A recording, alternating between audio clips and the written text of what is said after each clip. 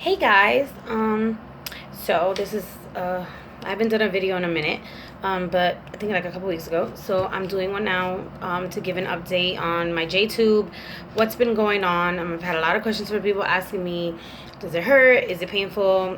So I'm gonna get down to that.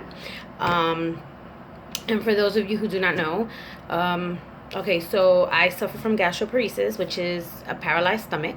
I got diagnosed earlier this year, and within the year, I've already had three surgeries almost to sustain my quality of life because my health has been declining rapidly.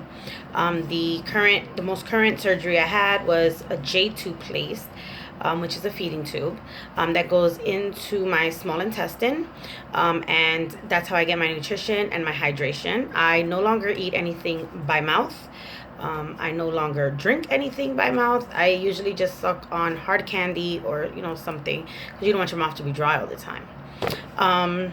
I've lost a ton of weight. I'm currently at 205. And when I started this year out, I was 250 pounds, almost 260.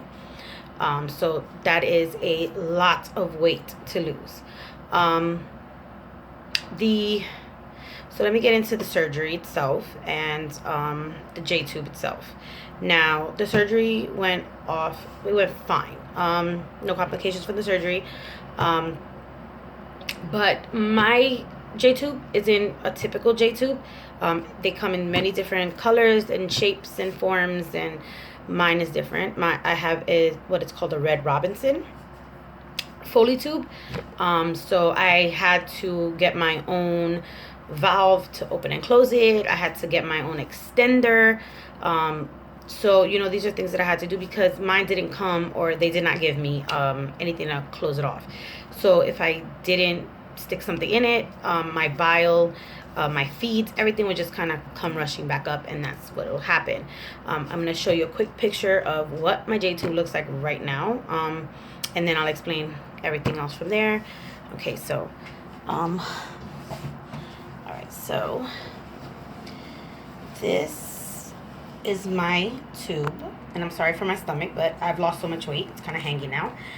This is my tube. It's on the left side of my stomach. This is the valve that I was talking to you about. Someone in one of the groups, actually a really wonderful young lady, told me to buy them, and I did, and it works amazing. This is my tube that had to be re-sewn because of a complication, one of many complications. So that's my tube. I was not in pain the first couple of days after the surgery, and I think that was because of all the medication they gave me during surgery. But then after surgery, unfortunately, I had stressors in my life, my personal life, that caused my whole area to just kind of swell up, really bad inflammation, and it was just horrible. I wasn't able to feed after that. I had to lower my feeds to 20 ml an hour. I'm currently at 45 ml an hour, which for those who are wondering, it's just a tiny bit of fluid at a time. I was still ending up, I got discharged. I went home. I was in excruciating pain from the internal stitches that I had, because this type of tube needs to be sewn in to stay. And it was horrible. Like, you see me the way I am right now, and that's because something happened to get me here. But for a whole month, I was bedridden. I couldn't move. I still can't fully bathe myself, but I can at least make an attempt now. I wasn't able to bathe myself. My husband had to do it. I wasn't able to dress myself. My husband had to do it. I wasn't able to walk. I wasn't able to sit up. I wasn't able to do anything really except lay down on a slanted position and just deal with the pain. No matter what pains I took Aleve, Tylenol, Advil, I took Percocets, and nothing relieved the pain. Nothing. So it was excruciating. And then I unfortunately stopped feeding. It wasn't really working because everything was just swollen inside. So I went days without eating. Days. And that's how my weight got down to where it was, what I said earlier. A lot of people ask me how bad I had to get to get a J tube. Unfortunately, every person's situation is different. The reason I get asked that is because, as you can tell, I'm still a little, I'm still obese in the matter of doctors. I'm still chubby. So I actually got to the point where I had no nutrition coming in, none, no water, no nothing. My surgeon actually told me I looked like walking death. That's how bad I got. I was going to her office and the ER so much just to get hydration in. It didn't last long enough, so they needed to do something urgently. The J tube was the urgent. I also have a gastric stimulator, if anybody is new to my channel, that is supposed to help my stomach. No. I've gotten it adjusted like 3 or 4 times already. It's not working. So that's why the J tube is put in. So no matter how much you weigh, no matter what your situation is, if you are not getting nutrition, no type of nutrition, and you're losing weight drastically the way I did, I lost 3 pounds in a day. Okay? That's an urgent matter. And you need to speak to your surgeon. You need to speak to your GI doctor, your specialist, and advocate for yourself, because that's what I had to do. That's what I had to do. It was disgusting. It was bad. So the complication that led me to the tube looking the way it does today was this weekend I bent over to get something, which is a no-no, especially if you just had a new tube put in. It wasn't even bending far. It was just like grabbing something, and my tube popped. The stitches, all the internal stitches popped. And all of a sudden I had a release of pain. Nothing. I was, whoa. The regular soreness, but I had no pain. So I didn't think anything of it. And that was my mistake. And this is the reason why I'm going to go in depth with it now. This type of tube has no bumper or balloon to hold it in place. So the stitches were what was holding it in place. Okay? Once the stitches popped, the tube started moving. I didn't feel it because I was laying in bed doing nothing. But since the next day, since I didn't have no pain, or as much pain as I was in, I was able to walk. I was able to go to some appointments because, I had to cancel some appointments due to the fact that I wasn't feeling well. And as while I was doing this, that sounded so weird. As I was doing this, my tube was moving out of place. Like, it literally was, there was enough of it out that I knew, oh shit, I had to fix it. And I shoved it back in. Another bad mistake. And I'm going to tell you why. I am still in the healing process of everything healing on the inside. It usually takes anywhere from 8 to 12 weeks, he told me. So, especially for me, that I'm a diabetic, okay? So, in doing that, I could have injured myself. I could have punctured another hole. I could have done so many things. So, when in doubt, just tape it down and go to the ER or go to your doctor. Do whatever you have to do. Unless you've had it for a very long time, that's something different. But this is more for new people who have their tubes done. Sorry if I'm all over the place. I'm still not feeling well, so I'm just trying to gather all my thoughts. I had so many in one spot. So I called my surgeon immediately. I said, listen, I'm heading to the ER right now. My tube is coming out. It literally wants to eject itself from me. We need to do something. So I got to the ER. My team was already there. And what they ended up doing was, instead of using the regular stitch sewing thing that they use, which is on plastic, they ended up using a silk thread. So that's what's holding my tube in place now. The only problem I'm having now is that it's constantly discharging. I can do a flush of water and half of it will come out the hole. No feeds are coming out. It's just mostly bile, pus, and just stuff healing from the inside. I've already spoken to my doctors, and all of that is normal. So we're not really concerned with it. They did a CAT scan while I was in the emergency room. Everything was good. The tube was in its place. I had no free-flowing fluid going through the top, because I have a lump now on the top of my tube. And I was also told that is just pretty much scar tissue from them having to reposition everything in the inside to adjust the tube to where it needed to be low enough. The plan is that after 6 months they're gonna do a bypass. They wanted to do a total gastrectomy, which is removing my stomach entirely. But due to the fact that my body's not healing properly and I'm having so many complications, they don't want to do that. So they're gonna do a trial run with a bypass. And bypass is still removing your stomach, but it's not removing all of it. It leaves like 10 to 15% of it in the stomach, inside. And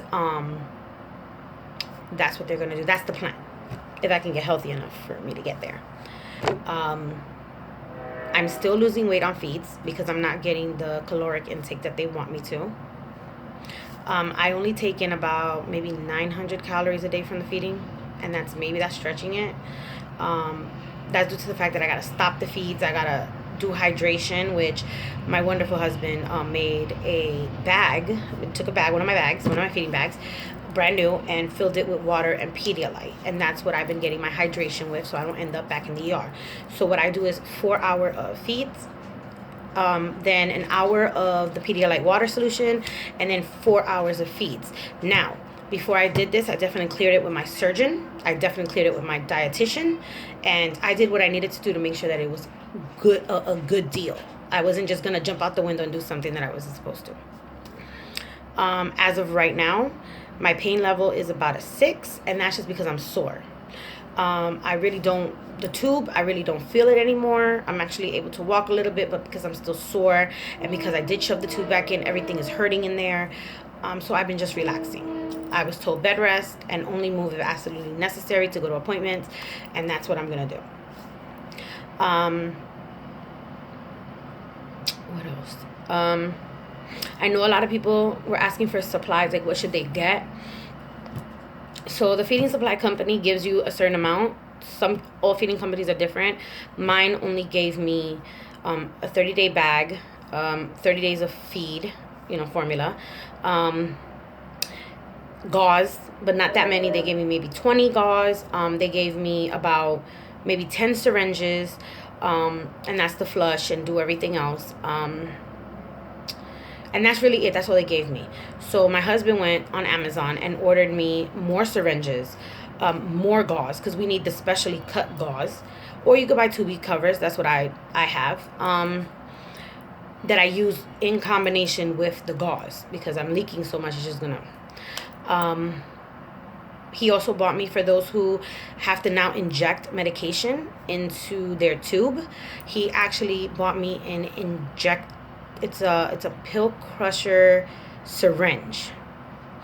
And all you do is put your pill in it, crush it up, put the water, and you go. So if you're like me who needs to take medications, I just crush it up in the syringe, put it in my bag to go, and when I'm ready for my dose, I just put water in it and put it in my tube. That's it. I also bought, like I said, more gauze. I also bought these valves that I was showing you guys. I bought a pack of 5, so that should last me for a little while. And that's really it. And you want to make sure you have hand sanitizer and alcohol swabs because things do get dirty. You don't want anything dirty going into your tube. You can catch an infection, which is why I'm very OCD with it. I don't allow anyone but myself to touch it. I'm constantly cleaning my hands. I'm constantly making sure everything around me is clean. I'm constantly making sure that there's no dirt around me. I clean my incision site at least 5 times a day with just water. Water and soap when I'm showering, and just water throughout the day, or a little bit of peroxide depending on how it looks.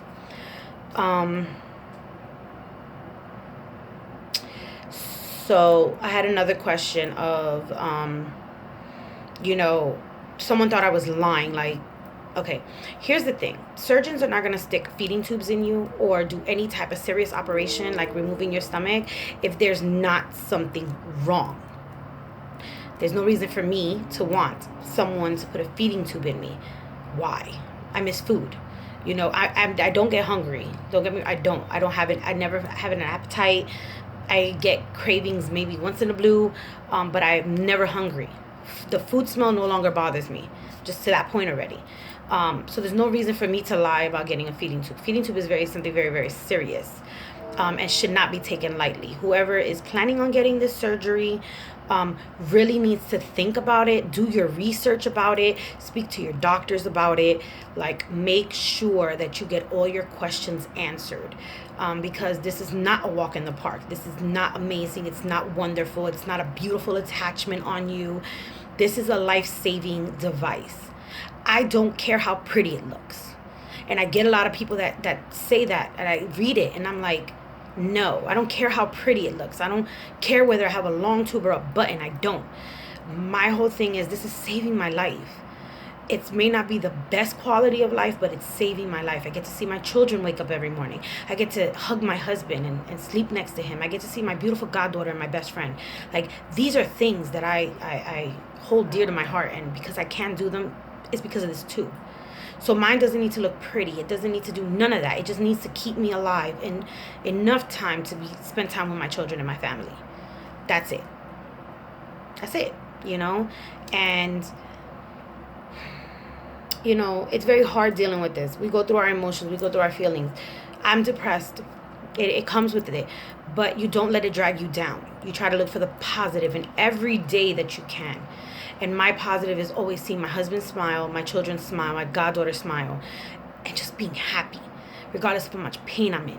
Happiness. That's the true blessing that comes out of this, because you learn a lesson from this. You appreciate life more, and that's just what it is. So I really hope I answered most of your questions. I know I was all over the place. I should start writing things down. But if you guys have any questions, please comment below. Let me know. I will answer as honestly as I can. I am new to this. I'm still learning myself, but I have had a few and enough complications to understand what is going on. I have this down to a science of what I need to do for myself, and that's something I had to do. So if you guys have any questions, please don't worry about commenting, and I'll answer them as soon as I can. Just, just if this is something that your doctor's talking to you about, research it. Make sure you get all the information you need to make yourself feel better, to make yourself feel at ease, and know that your surgeon and your doctors are not taking this lightly and are not doing this just because they want to. All right, so everybody have a good day. Bye.